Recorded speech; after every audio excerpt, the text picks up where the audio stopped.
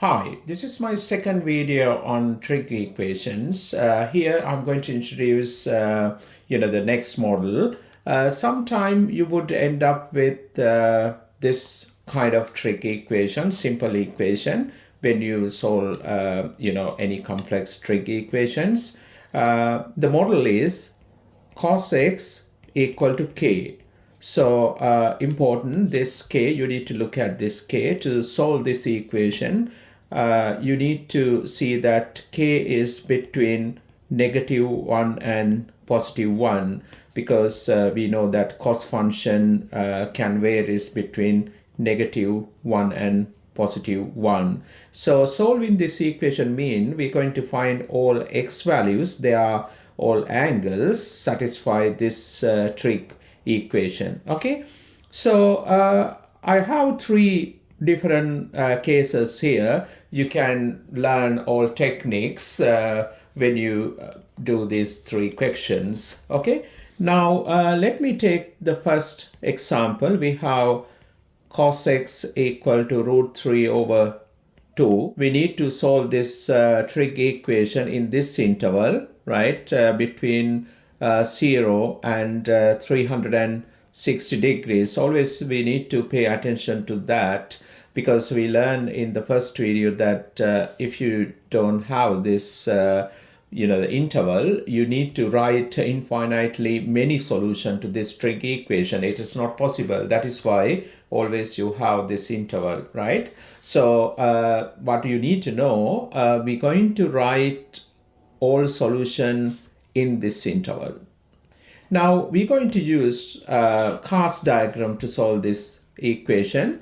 First step is we need to find the principal angle here. So we can find x if you take cos inverse of this square root 3/2. If you use the calculator, you're going to get 30 degrees. So this angle we call principal angle. Now what you have to do, you have to draw cast diagram. Okay, so here we have cast diagram. Now what we have to do, always remember we need to draw these two cross line through the origin. Then what we have to do, we have to use this principal angle to fill these four angles here, right? Always we need to make that angle, measure that angle with the x-axis. So we can put 30 here, and all four angles we put as 30. Now decide where cos x positive, right? We know that in the first quadrant all positive. Therefore, in this quadrant, first quadrant, cos positive. We know that cos ratio is positive in the fourth quadrant. So we can put it here, cos positive in the fourth quadrant. Second attention, we need to always look at this interval. We can see that we're going to find solutions, essentially they are positive, right? So we need to get positive angles. So we're going to measure positive angle from this positive x-axis, right? Essentially we need to measure those angle anti-clockwise. So when we move anti-clockwise, we can see the first angle in the first quadrant, right? So this is one solution here. We have our first solution, and that solution we can even read easily because we put this angle as 30. So this solution going to be 30. And the second angle we can get, but where we can find it, we put it here. We have to come all the way up here to the fourth quadrant, right? Then we can read that angle. We come in up here. So easily we can read this angle, because up to here is 360. This angle is 30. Therefore, this angle we can get as 360 take away 30 degrees. So that's going to be 330 degrees, right? Both positive angles. After that, actually, we can write down solutions. X equal 30 degree here. And the other one, we have 330 degrees. So we have two solutions for this trig equation in this interval. Okay. Okay, so let me take this second example. Here we can see that cos x equal to this negative value. Again, we're going to write all angles in this interval. Essentially, we need to get positive angles, right? Now, we're going to use the cast diagram. Right, let's see how we can use this cast diagram to solve this equation.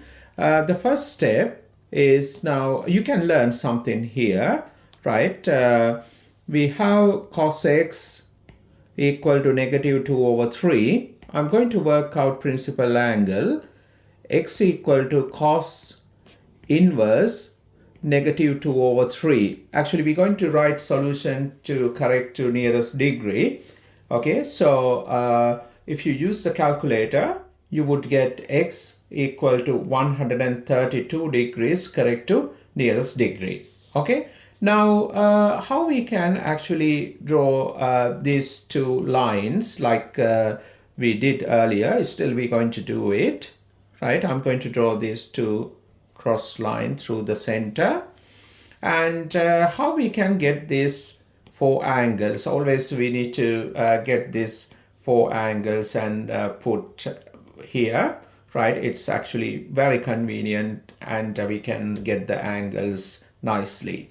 Okay, so you can see that this angle make with always with the x-axis, and essentially these angles are acute angle. You can see that. So what we do actually, to get this angle, we have to subtract this 132 from 180 degrees. So that is how we get this angle, because you can see that this angle actually come in the second quadrant, this angle, right?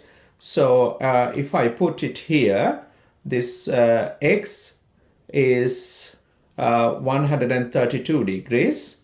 Therefore, you can see this angle going to be 180 minus 32, right? So we can actually fill this angle like that. This angle going to be 180 minus 132 is 48. This angle 48. Now when you get that angle 48, we fill all these 4 angles as 48 degrees. Right? Now we need to decide the quadrants. We can see that cos x is negative value. Therefore, we need to decide where cos negative. We know that cos positive here in the first quadrant, and even in the fourth quadrant, cos positive, right? So therefore, where cos negative is in here in the second quadrant, here cos negative, and in the third quadrant, cos negative. So we're going to now find angles from the second quadrant and third quadrant. We need to make that decision, and we need to get positive angles. Therefore, we need to come to second quadrant and third quadrant from this line anticlockwise, right? So we can see that we have already this angle in the second quadrant, right? We measure in anticlockwise. So that is 132. So this is going to be one solution. And I'm going to come to now third quadrant up here, right? Again, we measure in from this point, right? This line all the way up here. This angle we need to read. How we can read this, as we put this as 48. Very easy to read this angle, right? It's going to be up to here 180. So I'm going to add 48 to that. So you would get 228 degrees. So finally we can write solutions. X equal, this is one solution, 132, and second one we can write 228. These are the solutions. Let me take third example. We have to solve cos x equal 3/5 in this interval. So pay attention to this. You can see that we need to get a solution to this trig equation. Essentially, they are negative angles, right? Between negative 360 and 0. They are negative angles. Okay, so what we have to do, we're going to use cast diagram again. Right, we're going to use this cast diagram to solve this trig equation. First, I'm going to find the principal angle. We have cos x equal to 3/5. X equal to cos inverse 3/5. Use the calculator to get the principal angle. I'm going to write the solution correct to nearest degree. You would get 53 degrees.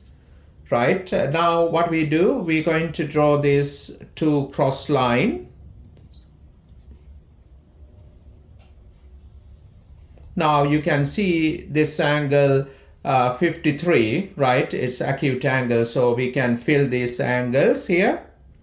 Okay, so now we need to decide where cos x positive. We know that in the first quadrant all ratios positive. Therefore, here you can find angle in the first quadrant, right? Cos positive. So we're going to get the second angle from the fourth quadrant because we know that cos positive in the fourth quadrant. Okay, so you need to look at this interval carefully. We're going to get negative angles. How we can get negative angles? We need to actually come to the first quadrant and the fourth quadrant in clockwise direction. So if you measure angles from this line clockwise, you can see we're going to get the first angle here from the fourth quadrant, right? So as we measure angle clockwise, so we know that this is 53. So we can get this angle as negative 53, right? So we're going to get that solution. We can write solutions. Our first solution going to be this one, right? Which is negative 53. And what we have to do, we need to now come to the first quadrant again from this line, but we need to come to that quadrant, first quadrant in this direction because we measure in negative angles, right? So we can mark that angle. We come all the way up here, right? We need to get now this angle. Okay, so how we can read that angle? When you come all the way up here from this direction, it's going to be actually negative 360 degrees, right? So this angle, if you measure this angle opposite direction, it's going to be positive 53 degrees. Therefore, we can get this angle all the way up here in this direction as negative 360 degrees plus 53 degrees. So we can get the angle, it's going to be minus 307 degrees. So we can write that solution here. You would get minus 307 degrees. So we have two solutions. in this interval for this trig equation, right?